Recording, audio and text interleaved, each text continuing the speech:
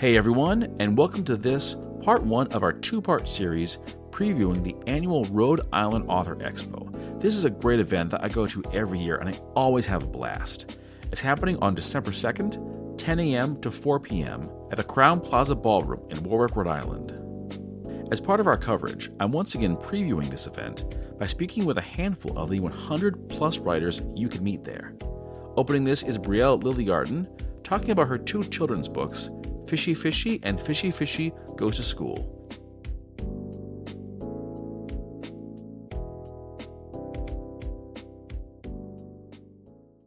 Hey everyone, and welcome back to the show. This is Citywide Blackout with a very special series of interviews for the upcoming Rhode Island Author Expo, now in its 11th year. This is happening on December 2nd, 10 a.m. to 4 p.m. at the Crowne Plaza Ballroom in Warwick, Rhode Island. If you've never been, this is a really cool thing because it's a showcase essentially of more than 100 writers, all from the Rhode Island area. We have horror writers, we have fiction writers, we have science fiction, fantasy, drama, memoirs, you name it, it's there. It's a totally free event. There's also going to be some panels and some guest speakers. But I have the great pleasure of talking to one of the many writers who will be there. Her name is Brielle Lilygarten, and she has two children's books, which you can definitely get, and I highly recommend because the art looks absolutely amazing. Brielle, welcome to the show. Thank you for joining me. Thank you for having me. Of course. So why don't we start just by talking about your two books? You have the first one you released back in 2021 called Fishy Fishy. The one you released this year called Fishy Fishy Goes to School. I'm sensing a pattern here. Yes. So it wasn't really intentional when I started out. When I had come up with the idea for Fishy Fishy, I was actually, I had two very young children. We read a lot of board books, kind of was like my inspiration. And I just love the ocean and, just kind of like the sea creatures in the ocean. So I kind of just like took everything and rolled it into one. And that's kind of how Fishy Fishy came up. And then when I was trying to think about my second book, I had started asking, some of my friends and family and, people who had started following me from Fishy Fishy. And I said, should I do another Fishy Fishy book or should I change it up? And across the board, 100% unanimous.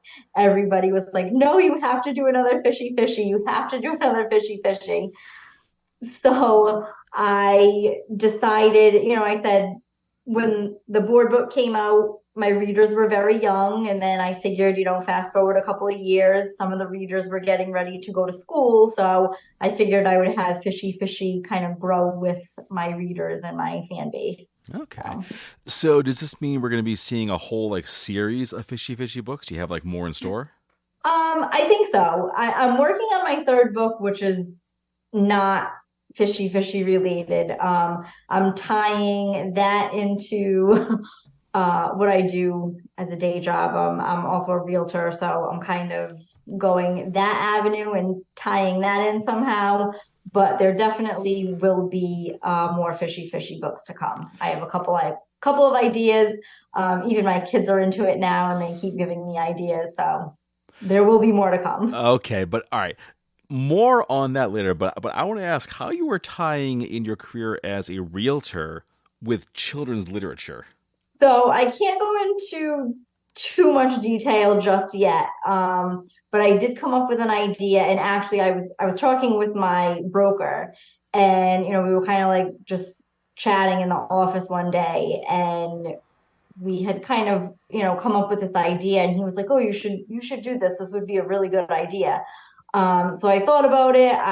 It took me a couple months to kind of get it going and get it in the works, but I did finish the manuscript. So I'm going to start working on getting my illustrations done and pursuing that. So stay tuned. It will be coming out in 2024, hopefully, but I can't really say. Oh, no. Keep it a secret. Keep it a secret. Now, you mentioned that your kids have also given you some kind of feedback for the books.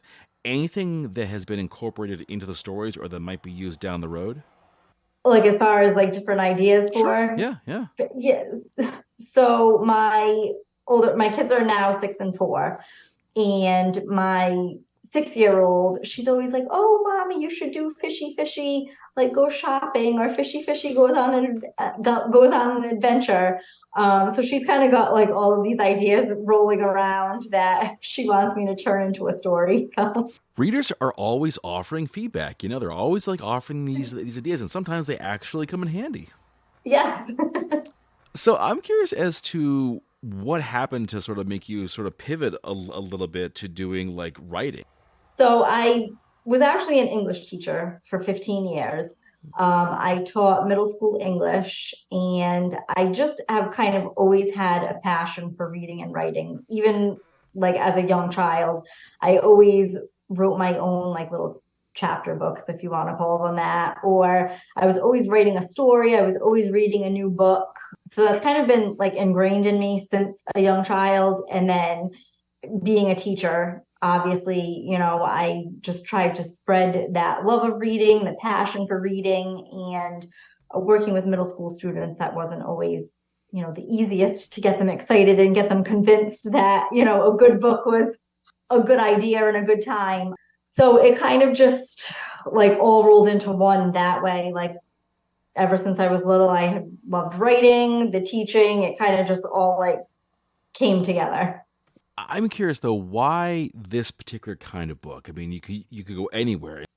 Yes, and I eventually I would like to get into like chapter books and like young adolescents. I think just at the point in time in my life, I had, two very young children, and I was kind of like immersed in the world of board books and rhyming books and children's books. So it kind of just fit that point in my life. But now, as they're getting older, I kind of want to keep growing with that. And, just as Fishy Fishy has grown a little bit, kind of keep going along that trajectory and keep growing it. Now, did you go through different ideas before you hit on Fishy Fishy? I had toyed with the idea of doing an animal character because I feel like that's, pretty common. And I was like, do I want to go that route, or do I want to actually use like a human character? So I had kind of played around with a lot of different drafts and a lot of different writing. And then one day it kind of just clicked, and I was like, oh, I should use a fish. I can't even say like there was one thing that made that decision. It kind of just like popped into my head, and I was like, oh, let's try that way. And I don't know, I started typing, and it just kind of like flew off my fingers, and it worked. You mentioned earlier that, of course, you have gone through a ton of these kinds of books with your kids. Any particular writers that you might count as an inspiration? So I love Eric Carle. I just always have since I was little. I have all of his books for my kids. They just were books that really like captivated me as a child, and like my own children loved Brown Bear and The Very Hungry Caterpillar. They are still favorites in my house. And now like my 6-year-old is starting to read, and I love now that she can read those to me. So Where I live, I am a basic stone's throw away from the Eric Carle Museum. oh, Yeah, cool. whole museum is for this guy's books, which is pretty Oh, that's amazing. awesome. Really speaks to the That is influence he amazing. has. Do you feel like the series has a message or a lesson for kids? Yes. So I feel like it started out as kind of like a lighthearted, like just happy go lucky. But I feel like, as he's getting older, I guess, kind of just like overcoming challenges, like Fishy Fishy goes to school. It's about the first time going to school, and he's feeling a little bit nervous. So just kind of like overcoming that challenge and knowing that things are going to be okay. Like it's okay to try new things, and it's okay to, explore different things and, face those challenges head on. I like that. I like that. All right. Now, of course, with a book like this, we have to talk about the art. And the art for this series is really, really beautiful. Yes. So the illustrator, he is absolutely amazing. I was introduced to him through my first publisher. When I had originally started researching, I had gone through this particular publisher, and they had given me a database of a bunch of different artists. And they said to kind of look through the artwork, pick the ones that most closely, related to what I had envisioned for the book. And he was one of the top ones that I had picked. And when he came back with the illustrations, I was just blown away. I was like, oh my goodness, this was even better than I had imagined. He just perfectly captured the story for me. And then with my second book, I had decided to go with a local publishing company. And, I had asked them, am I still able to use the same illustrator? I wanted to carry the illustrations, since it was still the same characters in the same, in the same series. And they said, yes, absolutely. So I had reached out to him on my own and he said, yes, I would love to do it again. And again, he blew it out of the water. I think he perfectly captured the story, the characters, just everything about it. His name is Nidholm. What would you say about his artwork that just really nails the feel of the book?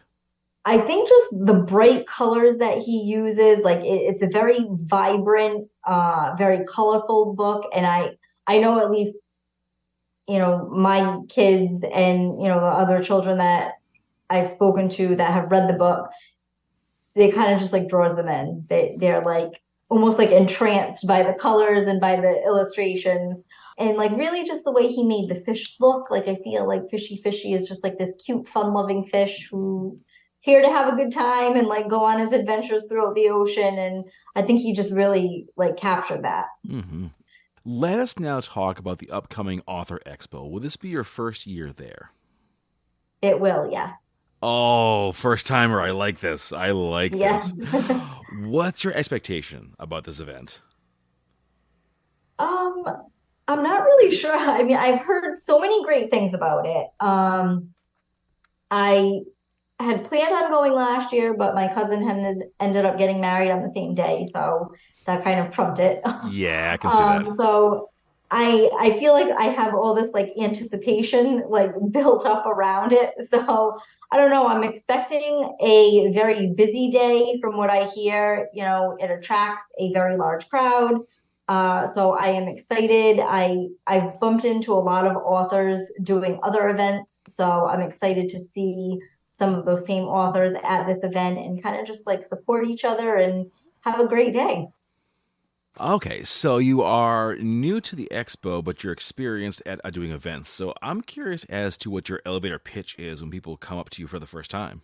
So I try to draw in as many different, people as possible, whether they might be, grandparents, families, young couples expecting, and really just, say like, do you have a young child? Do you know any young children?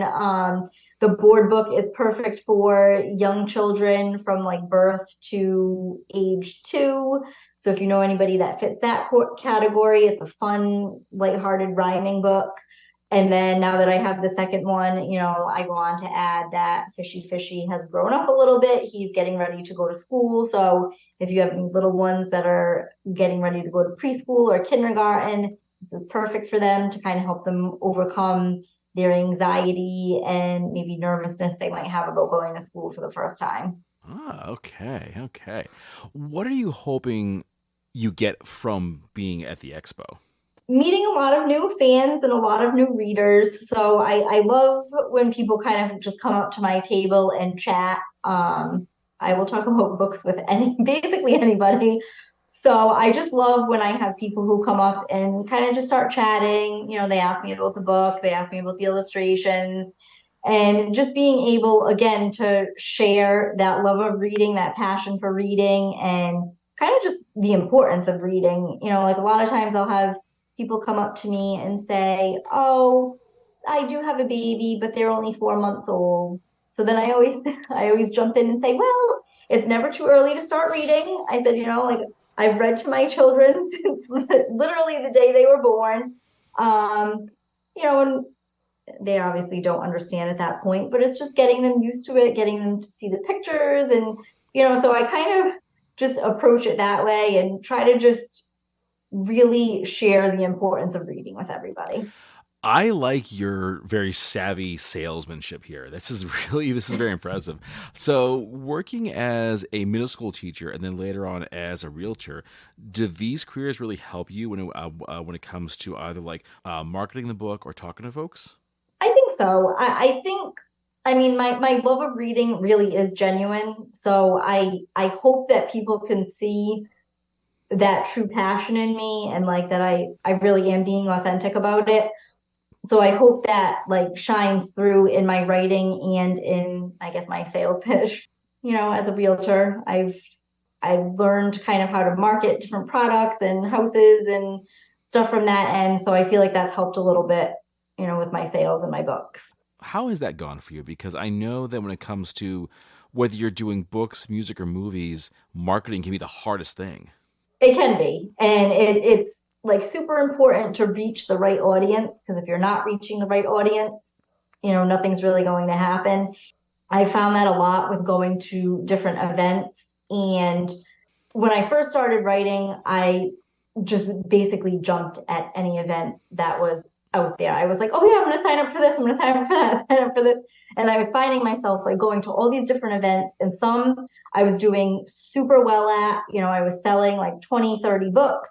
Other events I would sell like maybe three if I was lucky.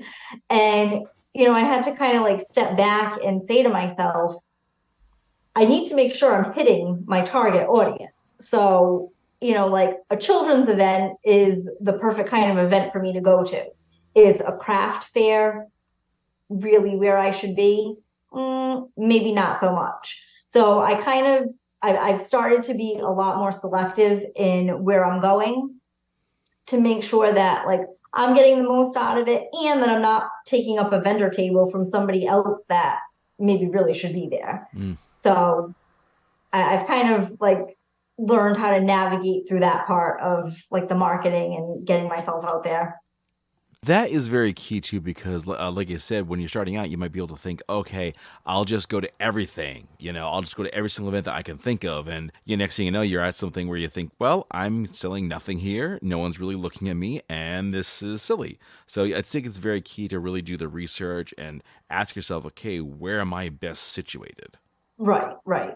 Well, certainly, I hope that the expo is going to be the place for you. And a quick reminder, folks, again, this is happening on December 2nd, 10 a.m. to 4 p.m. It's a free event. Of course, lots of great books to buy. There'll be panels. We'll be doing raffles, a whole lot more. And if you want to learn more about this wonderful writer, you go to briellilybooks.com. Link will be in the description. And Brielle, thanks again. Appreciate you talking to me. Thank you so much for having me. Hey, this is John F. Mers, author, actor, and owner of 1021 Studios, and you're listening to Citywide Blackout.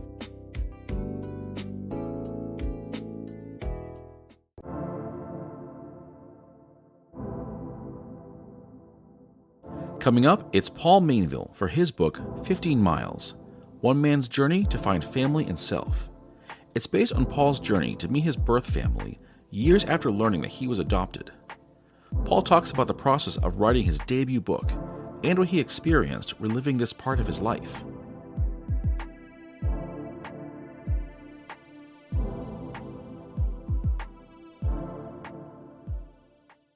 And joining me now to talk about his book, 15 Miles, One Man's Journey to Find Family and Self, is writer Paul Mainville. Paul, welcome. It's great to be talking to you. Pleasure. I'm excited, actually. Not often speechless, so go ahead and lead the show here. All right. All right. What would you like me to say? Okay. All right. So this is a really interesting book you have here, Paul. Basically, it's really all about your life. It's about the fact that you were adopted, which you always knew, and kind of your journey to find out who you really were. So I guess the question I want to open with is, what led you to sort of begin this journey to kind of find out, who you were, your real family, and all that? Well, it certainly is a lifetime of wondering. And if I could add to that thought, the reason I wanted to write the book is because I wanted to see if I could nip in the bud younger people's need to have to wonder. And although you could never erase that wonderment, you could always help people understand that there are victories in life, and you need to look for those victories, and you need to work hard at it, and not be deterred. I was very much bothered growing up by not knowing. Yeah. And some might do better than others with that. For me, it led me a bit astray. It had me wondering, too much about who, what, when, where, why wasn't I good enough? When I had a conversation once with a foster person, a foster child, that was when the notion was added to my wondering about, why wasn't I good enough? Mm. And every human being has a purpose, and certainly we're all good enough. Yeah. So that was the reason. And in the book, it gets to jumping to the end. It gets to the point where when I found out, it was easy as 1, 2, 3. Yeah. Yeah. So it wasn't this like big like shock and revelation. It was just, oh yeah, this is who I am. Well, I think that the shock came from, and if you realize the title, we don't want to talk too much about the title itself, and because that would give you the ending. But certainly, when you're, in my case, when you realize certain facts, that was a shock. It was definitely an amazing journey, and there's a chapter in the book that talks about "It's you, isn't it?" And that was her response when I actually dialed her up on the telephone. Oh, so you were able to connect with your birth parents. All right. Well, my birth mother. I haven't. On that line, I had a family that I was adopted into and grew up with, and it was a family, cousins and uncles and aunts, and then all of a sudden I had another family. Mm-hmm. So when somebody said, "Are you going to look for him?" I was like, I don't know. It's 3 families more than a man can handle. 3 might be a little much, I think. Actually, I think 2 is good. 2 is solid. What was it like to connect with your birth family for the first time? That part of the book, I don't want to ruin it for people. Fair enough. Quite Fair frankly, it was overwhelming. Yeah. It was. I'll say this, that when I actually knew that I had found her, I hung up the phone and I had one of those, what would they call a good cry? I think I cried for 4 hours. Yeah. Yeah. I think I just let go of all that emotion, all that wondering, all that looking at faces in a crowd. I was a kind of a red-haired kid, so I'd look at people with red hair and wonder if there was a connection. All those moments in my life were going all the way back to the first chapter when kids say, what happened to your real mother? And I would make up a lie, say they got killed in a car accident or burned in a house fire, just trying to justify it in my, my young mind. Yeah. Yeah. Certainly that was anyway. Yeah. How about looking at your adopted family when you realized, oh, wait, my birth family's out there? Did that kind of change your perspective on your adopted family, or were they still your family? I think it was a bit odd that, and a good question, actually, that I think without ever hearing anybody say this verbatim, I think some of my cousins felt supplanted. Like all of a sudden there was this new group of people, and I was enamored, and actually had written a book about finding them. And I think there was just recently I tried to have some of my cousins here at a cookout we had to meet my brother and sister-in-law, and get my other adopted brother down here. And I think that, it didn't pan out. Yeah. I don't know. Maybe it wasn't the right time. I just felt like if there was a group of people here that they would have some cover. You know what I mean? It wouldn't be just them and us. And Yeah, I can see that. I can see that. Okay. I want to ask about the journey, though. How did you go about finding your birth family? actually, it's pretty incredible. Yeah. I went to. I was adopted out of the St. Vincent de Paul Society, Mm-hmm. and I remember going there many years before I found anyone, and saying to a lady, you know, my date of birth and blah blah blah, and she said, "Oh, those records are on microfilm. It'll be years before you hear from us." And of course, she went back to living my life, and then all of a sudden, I got this paper in the mail, and I went to sit down at St. Vincent de Paul Society, and they gave me one sheet of paper. Asked me, "Do you need counseling?" I said, "Well, for 2 failed marriages and many failed relationships, I could use some counseling. But about this, I think I'll be all right." And the lady got a chuckle out of that. But in any event, she handed me a piece of paper. And there was information on that paper that when I really sat down and read the information and made a few phone calls, I was on the phone with my biological mother. Wow. It was almost just, holy crap. And as I said, after hanging up the phone and realizing, it was more than a man could bear. It was more than anyone could bear. Yeah. It was, the culmination of a million times that I think about it. And it's hard to put that into words, but. Yeah, I'll bet. All right, let's talk about the writing of the book. Now is this your first book? Yes. And, wow. A labor of love, man. It was for a fellow who can't type. I'm what they call a hunt and peck typer. You know, one finger. Yeah. Me too. I used Dragon software, so after repeating a 1,000 words, so it would get used to my voice, I sat at the computer, and my inclination to write this book was to take away the wonder and let kids be kids, and look at different things as opportunities, and don't focus so much on, as I said before, the who, what, when, where, or why. But focus on the person in the mirror. Focus on yourself. Focus on that, because I did say at one point in the book, life comes at you really quick.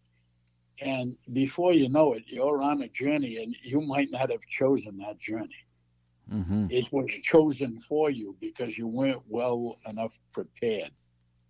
And so I sat at the computer, and I spoke the words, and I watched them appear on the computer screen. And I spent years writing this book, and I spent years more crying when I'm reading the words. And I had written a lot about relationship or this or that, and thought, I don't want to bore a kid with that crap. But the pain of seeing my life appear on a screen was, so it took a few years for me to write this story. And then when I had finished it, I had done a few letters of query, they call them, and and gotten, thank you anyway, and then someone who I met, a very intelligent older woman that I did some roofing business with, sent me to Stephen Porter, Stillwater Press, and that for me was where it really got done. But my wife had a hand in that, but she wasn't my wife at the time. I was reunited, and I talk about it in the book a little, with the first girl I ever loved from 1972, and she and I were brought back together. She was married to a fellow who passed away. I was single at the time, and we just came together, and it was like God had to forge me in the fire for a few 40 years before he let that happen. So she actually took this pile of papers off the top of my printer, and I didn't realize it was in my office, and I'm busy. And then one day brought me home a manuscript, and I looked at this, and I thought, dear God, this is actually going to happen. And then, as I said, meeting with Stephen and him being a wonderful influence and really pushing me, past the finish line, we got it published. And sadly for me, it was published and came out when COVID hit in 2020. Oh, yeah. Not the most ideal time when you wanted to plan things like book signings and tours and readings that involve folks actually being in the same spot. Right. So, and then it just sat there, but it was done. Mm-hmm. It's done. And now you're getting the chance to actually get in front of hundreds of people at this expo. How are you at doing that? How are you at just like meeting folks and talking about your life and your book? Well, I will say this. I learned something the other day that and life is a journey, right? And if you stop, my friend was in California as a wandering lad many years ago, and he was studying with a guru. And the guru said, and he came back and he was all enthused, and he said to me, the guru said that when you're too old to learn, you're ready to die. And I always never forgot that, because my friend died. He died a suicide death. I was brokenhearted. But I learned something this past weekend about about this book that I was at a craft fair, and I answered I had a lot of people come up. I sold like 25 copies of the book that day. But all day I was having to say to people who were looking at the cover on this like movie projector screen thing that pops up and says 15 miles and shows the cover of the book. And I'm going to talk to Steve about this, because I almost want to, instead of one man's journey to find family and self, I want to change that to the wisdom of an adopted son. Because I find myself, 50 times that day saying it's a book about me growing up adopted. Yeah. And so I think that I'm going to talk with Steve about that one change, because anyway, yeah, something I learned just recently. Yeah. Titles are hard. Titles are very hard. And that actually leads to my next question. The title 15 Miles, if it's not a spoiler too much, what's the significance of that? I can't even say it. Oh, you can't even say. You got to read the book, folks. I wish you got to read the book. Yeah, that's okay. That sounds like opportunity, but you really do have to read the book. I like that. I think I know what it means, but I'll keep it to myself for now. Let's move on. I think you're astute enough to have an idea. Yeah, I think I might know, but let's move on. I want to ask about the cover art, because I really liked the cover art. Whose design was this, though? Oh, this was a great story. Michael Wackel Sr.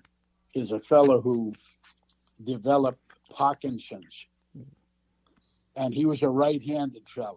And there's a story about Michael, southpolewatercolors.com, and I got to give him a plug. He's a tremendous man. His right hand shakes with the Parkinson's, so he taught himself to paint with his left hand. And he is a savant. This guy took the pictures of a couple of the houses. You see the house in Woonsocket and the house in Pasco, and I said, put it and make it like a map, even though those towns run east to west.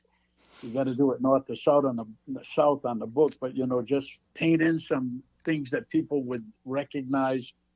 And I left them with it. And about a day and a half later, 2 days tops, he said, it's done. And when I saw it, I just fell apart. It seemed that this was meant to be. And Michael lives with Parkinson's disease. He's a tremendous man. He's a very talented Finnish carpenter, works with another friend of mine. But if you want to see some artwork, southpolewatercolors.com. He's a watercolor artist, a tremendous man. Oh, certainly is. He certainly is. What do you hope people take from this book, from the time of reading it? That there's always hope. Yeah. that would be, I've experienced a lot. A couple of chapters, God in my healing, confidence through strength. God doesn't take away from you the time you spend fishing. Those have been high points and journeys in my life that I would recommend to anyone. Martial arts training gave me a focus that it took. I was a timid child, if anybody can believe that. I was a timid child. I just didn't want to be bothered with the questions. Imagine being, 8, 9, 10 years old and having people ask you what happened to your real mom and dad. I didn't want to hear it. I didn't want to go out of the closet. And then as I learned to live a little bit more, I learned to roar a little bit, and I learned to be my own man and run a business for my whole life, 46 years, self-employed. Been a martial artist till the arthritis crippled me. Been a fisherman all my life. That you can enjoy things, but that there's always hope, and not to get too caught up in who, what, when, where, why wasn't I good enough. I like that. I like that. All right. Well, Paul, we have come down to the end of this conversation. But, folks, if you want to learn more, you go to 15milesthejourney.com. It's all there. You can learn about the writer, get a copy of the book, and you can meet him at the expo. Again, happening December 2nd, 10 a.m., 4 p.m. Free event. Buy the books at the Crown Plaza Ballroom in Warwick, Rhode Island. And, Paul, thanks again, and I look forward to seeing you in person. Wow, thank you so much. My pleasure. Hi, this is singer Kate Eppers, and you're listening to Citywide Blackout.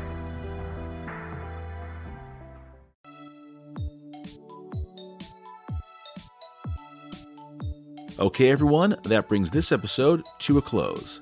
Thanks for listening, and don't forget, December 2nd, 10 a.m. to 4 p.m., Crown Plaza Ballroom in Warwick, Rhode Island.